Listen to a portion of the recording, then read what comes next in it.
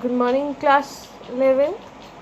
So, today we will start the new chapter, that is chemical equilibrium. Okay, in chemical equilibrium, children, in NCERT, it is actually it was supposed to be two parts, that is chemical and ionic equilibrium, but they have given as a single part. Okay, they have given combined. So, first of all, we will discuss from today onwards, that is chemical equilibrium. As the name suggests, equilibrium. First, we have to understand the meaning of what is equilibrium.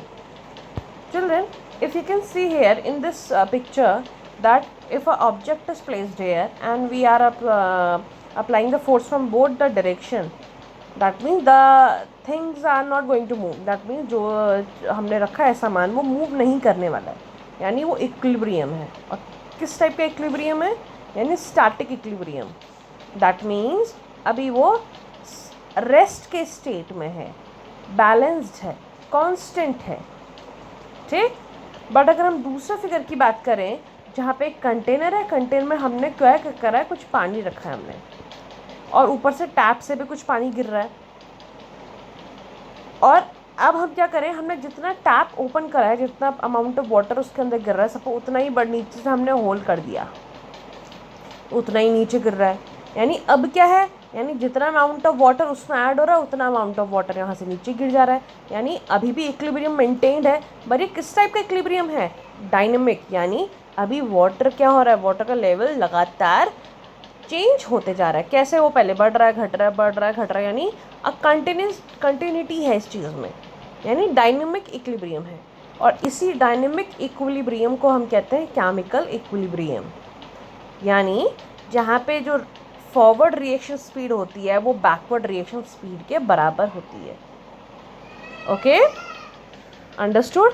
That means equilibrium का क्या मतलब होता है? Equilibrium means जब जहाँ पे सारी चीज़ें क्या हो जाए, कांस्टेंट हो जाए. अगर कोई ऑनगोइंग रिएक्शन है जहाँ पे रिएक्टेंट से कोई चीज़ें प्रोडक्ट में कन्वर्ट हो रही है, यानी तो इक्विलिब्रियम एक ऐसी स्टेज होगी जहाँ पे half of the reactant converts to the half of the product. ठीक.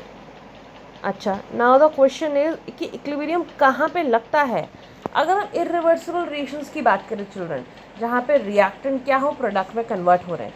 अभी कोई भी रिएक्शन में अगर रिएक्टेंट प्रोडक्ट में कन्वर्ट होंगे तो वो इरिवर्सिबल तो होगा. इरिवर्सिबल का मतलब अब वो रिएक्शन चेंज नहीं हो सकती है, यानी जैसे जैसे रिएक्शन आगे प्रोसीड करेगी कंसंट्रेशन क्या हो जाएगा, कम रिएक्टेंट का, और प्रोडक्ट का कंसंट्रेशन क्या हो जाएगा, ज़्यादा बढ़ जाएगा. यानी यहाँ पर तो इक्विलिब्रियम पॉसिबल ही नहीं है. Are you getting my point? यहाँ पे इक्विलिब्रियम पॉसिबल नहीं है. यानी with the time, with the duration of time, यहाँ पे क्या हो रही है चीज़ें, रिएक्टेंट जो है प्रोडक्ट में कन्वर्ट हो रही हैं, और धीरे धीरे रिएक्टेंट का कंसंट्रेशन कम होते जा रहा है और प्रोडक्ट का कंसंट्रेशन बढ़ते जा रहा है. यानी इसमें क्या इक्विलिब्रियम अचीव नहीं हो सकता है.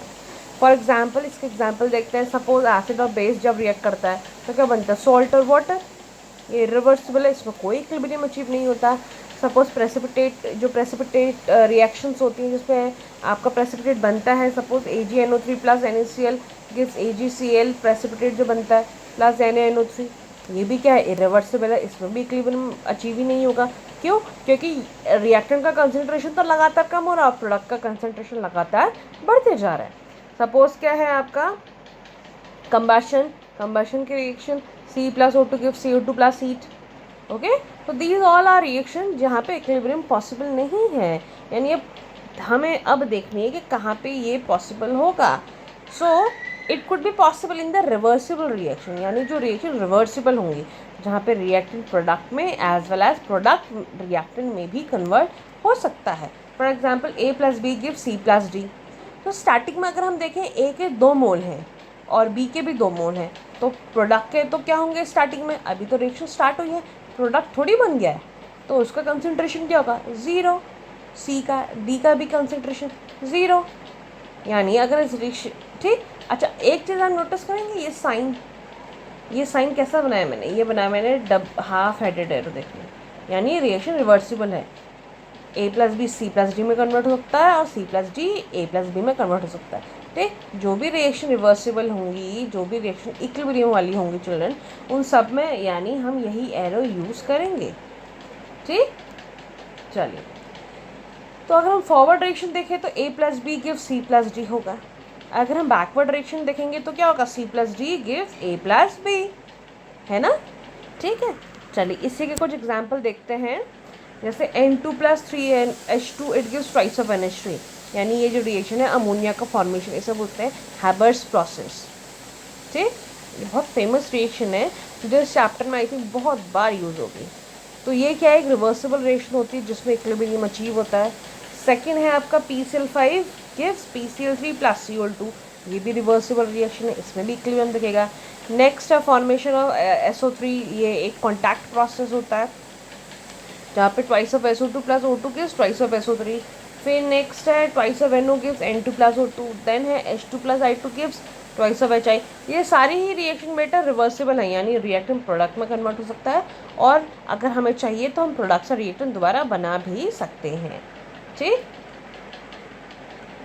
चलिए, यानी जो रिएक्शन रिवर्सिबल होती हैं उनमें होता क्या है, उनमें होता है जो the rate of forward reaction is equal to the rate of backward reaction, यानी जितना फॉरवर्ड का रेट है उतना ही बैकवर्ड का रेट होगा।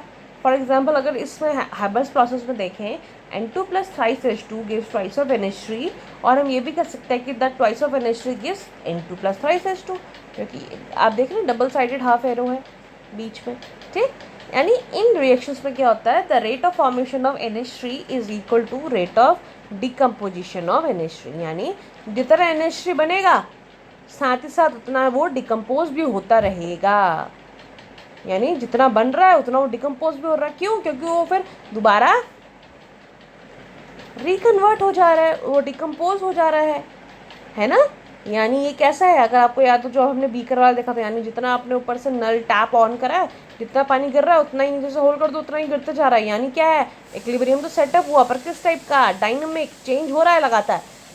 पहले क्या है, अमोनिया का कंसेंट्रेशन बढ़ा, फिर अमोनिया का कंसेंट्रेशन कम हुआ, चेंज तो हुआ ना। ठीक, अगर हम ग्राफ की बात करें children, rate of reaction versus time की, यानी ऐसी कंडीशन पे क्या होता है, तो ये जो फॉरवर्ड रिएक्शन का रेट है वो ऐसा होता है और ये बैकवर्ड रिएक्शन का ऐसा। ठीक, अगर आप ग्राफ में देख पा रहे हैं, ये रहा। ठीक, तो इक्विलिब्रियम कब अचीव होगा, इक्विलिब्रियम अचीव होगा जब दोनों के पॉइंट मिल जाएंगे, यानी जब rate ROF, rate of formation is equal to the rate of backward, यानी जब बराबर जाएंगे, यानी ये पॉइंट, ये क्या होगा आपका TEQ, यानी T इक्विलिब्रियम, ऐसा टाइम जहाँ पे इक्विलिब्रियम अचीव हो गया है। ठीक, अगर कंसंट्रेशन वर्सेस टाइम देखें तो हम कंसंट्रेशन वर्सेस टाइम देखें तो हम क्या देखेंगे कि N2 का तो कंसंट्रेशन धीरे धीरे धीरे धीरे क्या हो रहा है, कम हो रहा है, और फिर कांस्टेंट हो जा रहा है। H2 का भी कंसंट्रेशन धीरे धीरे कम हो रहा है, फिर कांस्टेंट हो जा रहा है। NH3 का कंसंट्रेशन धीरे धीरे धीरे धीरे बढ़ रहा है, फिर कांस्टेंट हो जा रहा है। आप समझ रहे हैं। ठीक, यानी इस कंडीशन पे क्या होगा, the concentration of each reactant and each product become constant at equilibrium, यानी इक्विलिब्रियम पे आते आते क्या होगा, रिएक्टेंट और प्रोडक्ट का कंसंट्रेशन कांस्टेंट हो जाएगा। ठीक, चलिए अब दो क्वेश्चन है, दोनों में ही ग्राफ दिए हैं, that is rate of reactions versus time, rate of reaction versus time, rate of reaction versus time. ये 3 ग्राफ है ABC। अब आपको बताना है कि कोई भी इक्विलिब्रियम वाली रिएक्शन पे कौन सा ग्राफ सही होगा। ठीक, पहले में देखिए है फॉरवर्ड रिएक्शन और बैकवर्ड रिएक्शन आपका क्या दे रहे हैं, कोइंसाइड करेंगे और इक्विलिब्रियम अचीव हो जाएगा। ठीक, दूसरे वाले में क्या देख रहे हैं आप कि फॉरवर्ड और बैकवर्ड रिएक्शन आपके कोइंसाइड तो करेंगे बहुत जल्दी, बट वो फिर कांस्टेंट हो जा रहे हैं, उसमें इक्विलिब्रियम अचीव नहीं हुआ, ठीक, यानी वो सम अप नहीं हुआ इनका। नेक्स्ट है फिर थर्ड रिएक्शन में rate of reaction versus time में कि फॉरवर्ड रिएक्शन का रेट कांस्टेंट हो गया, आगे जाके बैकवर्ड का भी कांस्टेंट हो गया, बट इक्विलिब्रियम अचीव नहीं हुआ, यानी इनमें से कौन सा ग्राफ सही है, फर्स्ट वाला। ठीक, अगर कंसंट्रेशन वर्सेस टाइम का ग्राफ देखें तो चिल्ड्रन क्या होता है, यहाँ पे अगर आपको याद हो मैंने क्या कहा था कि कंसंट्रेशन और हर एक रिएक्टेंट का प्रोडक्ट का क्या होना चाहिए, कांस्टेंट होना चाहिए, कांस्टेंट। तो अगर हम पहला वाला ग्राफ देखें तो रिएक्टेंट और प्रोडक्ट का ग्राफ तो दोनों ही कांस्टेंट हो रहे हैं, ठीक है, करेक्ट। दूसरे वाले में भी देखो ये कांस्टेंट हुए और साथ साथ में इक्विलिब्रियम भी अचीव हुआ, तो ये भी करेक्ट है क्योंकि कांस्टेंट तो हो रहे हैं ना। तीसरे वाले ग्राफ में भी क्या हो रहा है, दोनों कोइंसाइड कर रहे हैं बट कांस्टेंट तो हो रहे हैं ना, देखिए ग्राफ सीधा तो जा रहा है, यानी करेक्ट है। ठीक है, चलिए तो नीचे वाले ग्राफ में तीनों सही, ऊपर वाले ग्राफ में से पहला वाला सही होगा। चलिए नेक्स्ट है children, that is characteristic of chemical equilibrium, यानी क्या क्या कैरेक्टरिस्टिक्स हो सकती है केमिकल इक्विलिब्रियम की। फर्स्ट कि ये डायनेमिक होना चाहिए, डायनेमिक यानी हमेशा रिएक्शन ऑनगोइंग होनी चाहिए, चलती रहनी चाहिए, किसी चीज़ का कंसंट्रेशन हमेशा बढ़े और उसी का फिर कम होते रहना चाहिए। That mean the rate of forward reaction is equal to the rate of backward reaction. Okay, next point is equilibrium can be achieve from either side, that means किसी भी साइड से हम इक्विलिब्रियम अचीव कर सकते हैं, left side से भी right side से भी। क्यों? क्योंकि रिवर्सिबल होता है। ओके, यानी it won't affect equilibrium point, उससे इक्विलिब्रियम के पॉइंट में कोई फर्क नहीं पड़ेगा। Third point, initial concentration has no effect on relative concentration at equilibrium, इससे बिल्कुल फर्क नहीं पड़ता कि स्टार्टिंग में कितना है, 10 litre, 2 litre, 5 litre, 500 litre, doesn't matter, जहाँ पे इक्विलिब्रियम अचीव होगा वही उसका स्टैटिक पॉइंट हो जाएगा। ठीक, suppose N2 plus twice of H2 gives twice of NH3। अब इस रिएक्शन का सपोज इक्विलिब्रियम आएगा एक पर्टिकुलर पॉइंट पर, तो इससे फ़र्क नहीं पड़ेगा कि N2 क्या हो। हाँ, बट एक चीज़ का ध्यान रखना हमेशा, ये इक्विलिब्रियम बेटा तभी अचीव होगा जब N2 और NH3 का जो रेशियो हो 1:2 हो, या आप कह सकते हैं जब N2 और H2 का जो रेशियो हो 1:0.5 हो, यानी जब आप कंसंट्रेशन का चेंज भी करें। फॉर एग्जाम्पल मेरे कहने का मतलब है, अगर ये रिएक्शन है, अभी हमने N2 का 1 मोल लिया, H2 के आपने 0.5 मोल लिए, NH3 के 2 मोल लिए, अगर अब ये मोल चेंज कर दो, अगर आप N2 की जगह 1 मोल यहाँ पर 5 मोल ले लो, ठीक, तो H2 का कितने होंगे 2.5, क्योंकि वो जस्ट उसके आधा होगा। ठीक है, चलिए दूसरी बात, जब भी चीज़ें कांस्टेंट होती हैं, जब भी चीज़ें रिएक्शन में कांस्टेंट होती है, उसके साथ क्या क्या चेंज कांस्टेंट हो जाएंगी चीज़ें, डेंसिटी कांस्टेंट हो जाएगी, प्रेशर कांस्टेंट हो जाएगा और कलर भी उसका कांस्टेंट हो जाएगा। कब? जब इक्विलिब्रियम पॉइंट अचीव होगा। ठीक है, चलिए सेकेंड थिंग, इक्विलिब्रियम के रिएक्शन स्पेशली डायनेमिक इक्विलिब्रियम के रिएक्शन चिल्ड्रन क्लोज वेसल में होना चाहिए। इसलिए क्योंकि अगर क्लोज वेसल नहीं होगा, वो वेसल ओपन होगा जिसमें हम काम कर रहे हैं, तो क्या होगा, सारी की जो कंसंट्रेशन होगा, जो जो चीज़ें बनते जाएंगी, आधे तो हीट के फॉर्म में क्या होंगी, बाहर निकल जाएंगी, यानी कंसंट्रेशन हो गया कम। अब उसको दोबारा कैसे रीगेन करोगे? ठीक है, दैट मीन्स आपका क्या होना चाहिए, क्लोज वेसल होना चाहिए। Next point is role of catalyst, very important. Catalyst का मतलब होता है जो रिएक्शन का जो रेट होता है वो एनहेंस करता है। मतलब अगर कोई रिएक्शन है, बाई चांस हमने A+B मिलाया और हम चाहते हैं कि C बन जाए, तो ज़रूरी नहीं कि A+B मिला के हमेशा C दे, कभी कभी A कुछ इस स्टेट में होता है या कुछ B इस ऐसे स्टेट में होता है कि वो रिएक्ट करने की कंडीशन में ही नहीं है, तो हम क्या करते हैं, थोड़ा सा कैटलिस्ट डालते हैं। कैटलिस्ट क्या करता है, उसको उस लायक तैयार कर देता है कि रिएक्शन क्या हो जाए, जल्दी से हो जाए और वो C बना दे। यानी एक उसको क्या करता है, कैटलिस्ट किसी भी रिएक्शन में एक ऑल्टरनेटिव पाथ प्रोवाइड करता है, दूसरा रास्ता देता है, आसान रास्ता बना देता है ताकि वो जल्दी बन जाए।